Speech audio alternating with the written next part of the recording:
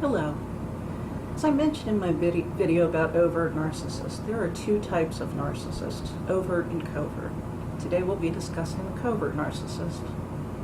Covert narcissists are much different than their overt counterparts. They're much quieter and sneakier. They're also a lot more devious, even to the point victims are often abused for years before they realize they're even being abused. Covert narcissists often come across very meek, shy, and naive. They may appear generous, giving money and gifts to people. They often take care of people somehow, even looking as if they're sacrificing greatly for others. Often their adult child lives with them much longer than most kids live with their parents.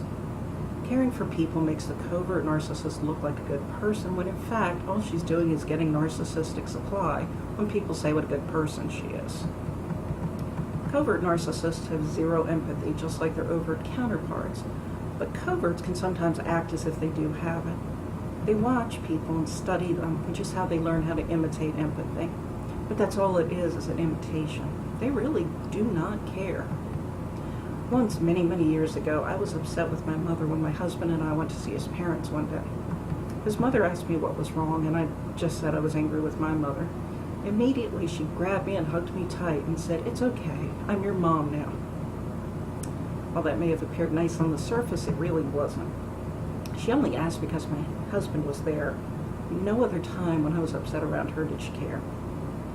And also saying, "I'm your mom now," that really didn't sit well with me because she always wanted me to forget my family and just morph into hers. I think that was just one more way of saying that without saying the exact words. Covert narcissists also have to be the center of attention, but unlike overt narcissists, it's done in a much more subtle way. They have to get the last word in a conversation, or they interrupt. Sometimes when they interrupt, they back down quickly in order to make the other person feel rude.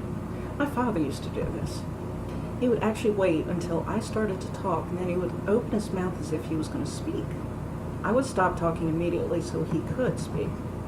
This happened a lot in the last couple of years of our relationship, and I asked God what was really going on. Was I being that rude? And God said I was not. This was my father's way to guarantee I would talk less so he could talk more. He knew me well enough to know I hate bad manners, so if I thought I was being rude, I would change my behavior. Covert narcissists are always the innocent victim. Whatever they did can be turned around and make you look like the abuser and they are the victim. They're also very good at appearing naive and helpless, like they need someone to take care of them. Some even refuse to get a driver's license, claiming they just can't understand how to drive. Covert narcissists also frequently marry overt narcissists. They come across as a long-suffering, tolerant spouse married to a terrible person.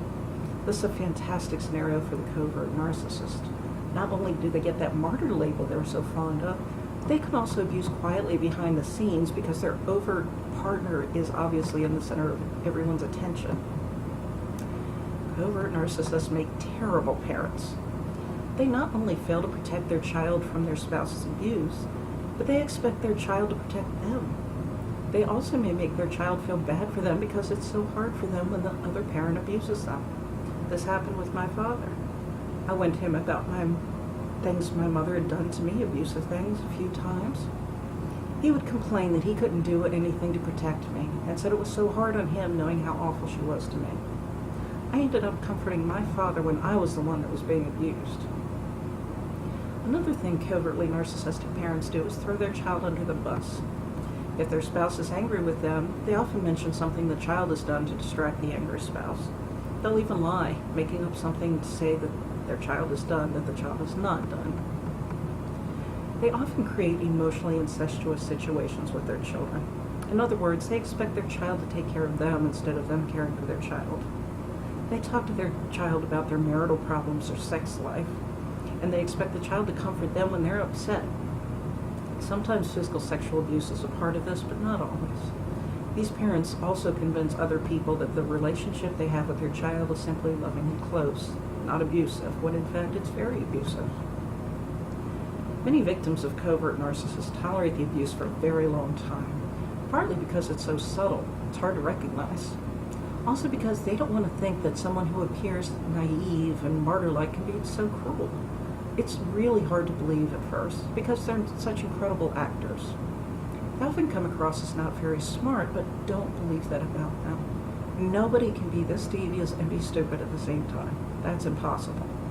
It takes intelligence to pull off the things that covert narcissists do. A while back, I did a video called Ways to Cope with a Narcissist. You might want to check it out if you have a covert narcissist in your life. Thank you for watching my video. See you next time.